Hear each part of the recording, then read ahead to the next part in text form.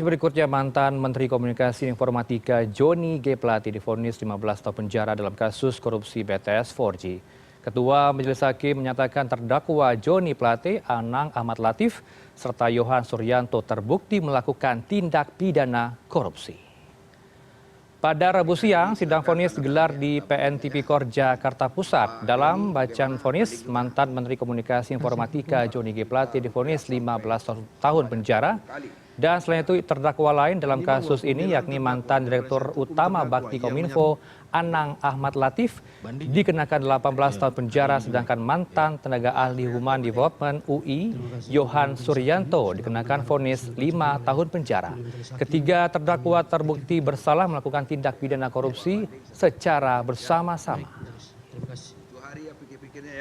Mengadili, menyatakan terdakwa Johnny Gerard Plate telah terbukti secara sah dan meyakinkan bersalah melakukan tindak pidana korupsi secara bersama-sama sebagaimana dalam dakwaan primer penuntut umum. 2. Menjatuhkan pidana kepada terdakwa dengan pidana penjara selama 15 tahun dan denda sebesar 1 miliar rupiah dengan ketentuan apabila denda tersebut tidak dibayar akan diganti dengan pidana kurungan selama 6 bulan.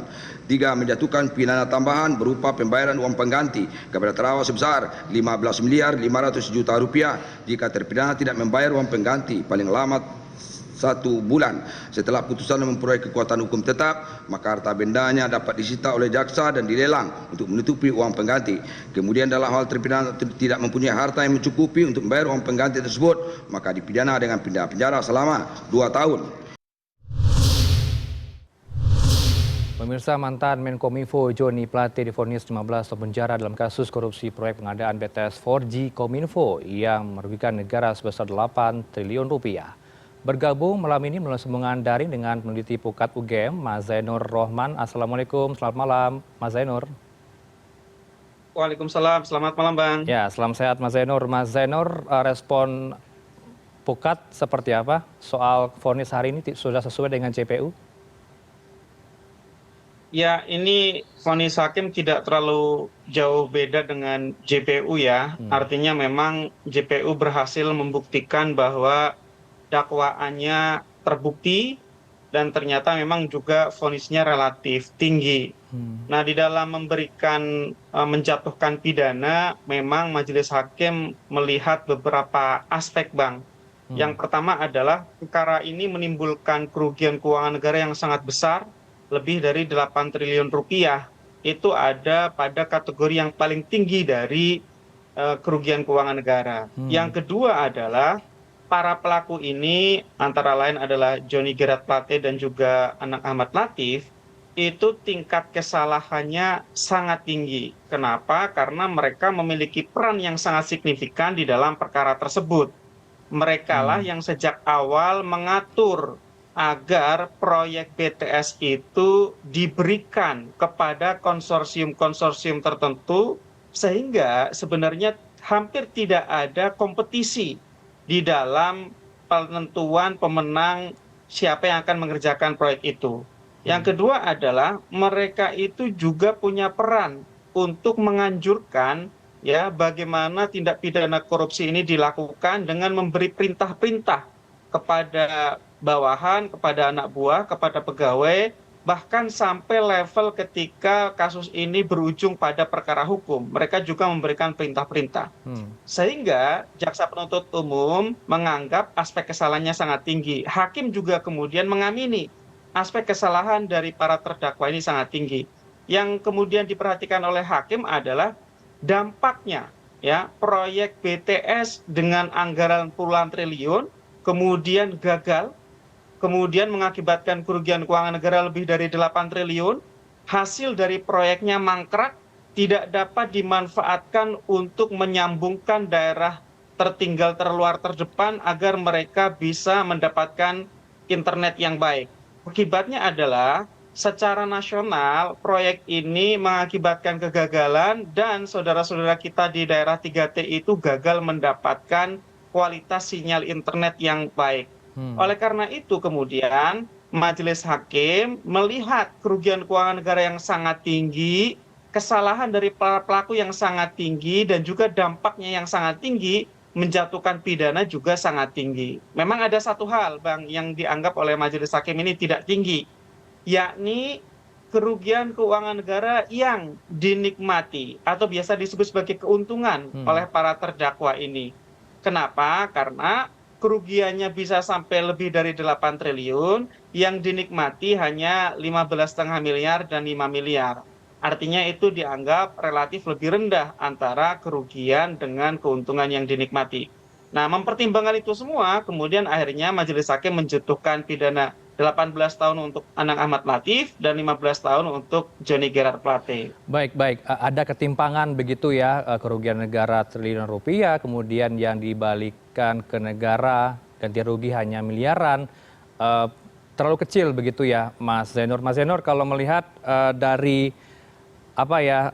TPPU yang dikenakan terhadap Anang Ahmad Latif tapi tidak dikenakan ke Johnny G. Plate, pengamatan teman-teman UGM seperti apa? Ya, memang untuk Anang Ahmad Latif ini juga didakwa dengan pasal 3 Undang-Undang TPPU.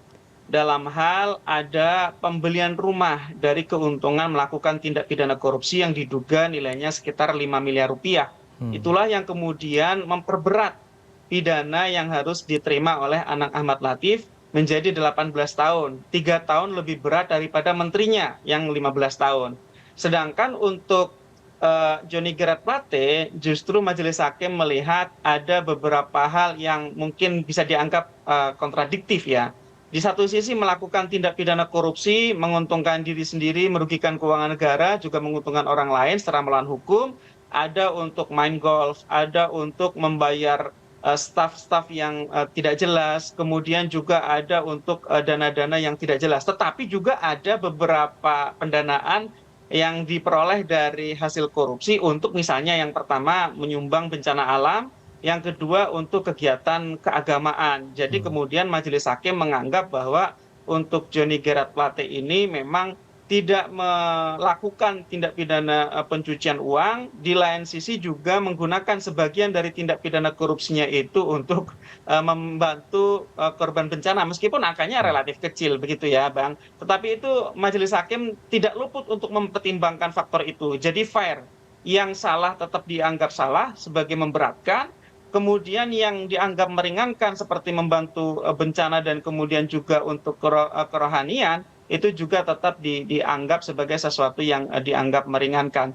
Nah, itu yang kemudian berbeda antara Johnny Gerard Plate dengan Anang Ahmad Latif. Mengapa menterinya lebih ringan pidananya daripada Direktur Bakti? Ya, jawabannya karena Direktur Baktinya melakukan TPPU, membeli rumah senilai 5 miliar dari keuntungan melakukan korupsi. Sedangkan untuk Johnny Gerard Plate tidak melakukan itu, Bang. Baik, tentu tidak terhenti pada hari ini ya, vonis kasus ini juga akan berkembang di kemudian hari karena kita tahu bahwa ada perintangan penyidikan yang melibatkan mantan pimpinan BPK Ahsanul Kossasi. Apakah akan dikembangkan?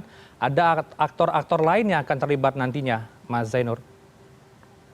Ya, tadi sudah disampaikan bahwa kerugian keuangan negara lebih dari 8 triliun. Yang berhasil dipulihkan masih sangat sedikit. Misalnya yang dibebankan kepada Johnny Gerard Plate hanya 15,5 miliar, atau juga kepada Anang Ahmad Latif hanya 5 miliar, artinya sangat jauh. Nah, kemudian kemarin Kejaksaan menerima pengembalian dari beberapa perusahaan konsorsium yang mengerjakan proyek BTS ini.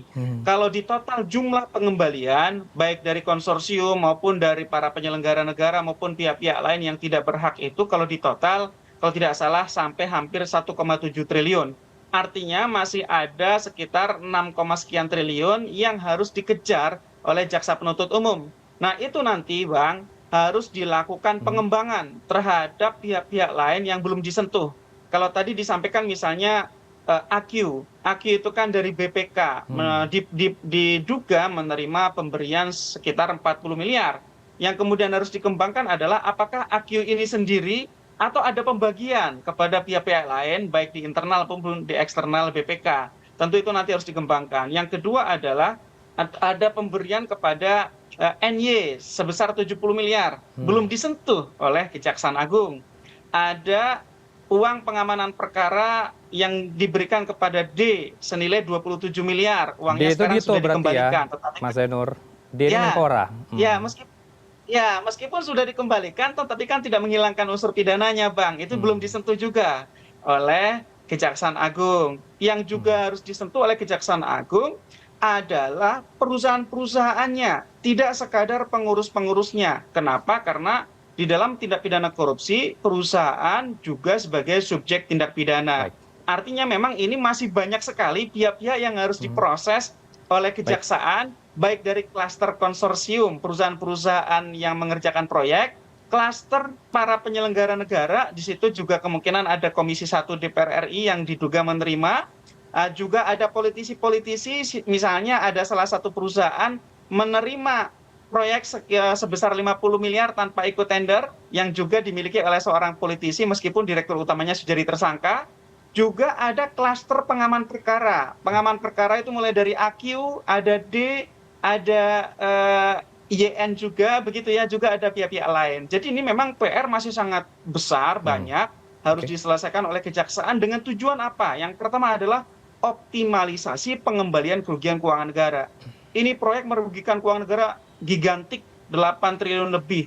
Dilakukan oleh banyak sekali pihak dari berbagai latar belakang. Tentu juga yang kedua, kita ingin ada keadilan, siapapun yang terlibat harus diproses tanpa pandang bulu, termasuk mereka-mereka yang punya latar belakang politik. Ini yang saya pikir juga sepertinya masih ada tuntutan dari sebagian pihak agar jangan ada perilaku tebang pilih atau mengistimewakan hanya karena dukungan-dukungan politik, Bang. Baik, terima kasih atas perspektif Anda malam hari ini. Kita tunggu bagaimana kelanjutan dari upaya banding ya yang akan diajukan oleh Johnny G. Plate dan juga terdakwa lainnya. Terima kasih Mas Zainur Rohman, peneliti Pukat UGM. Selamat malam.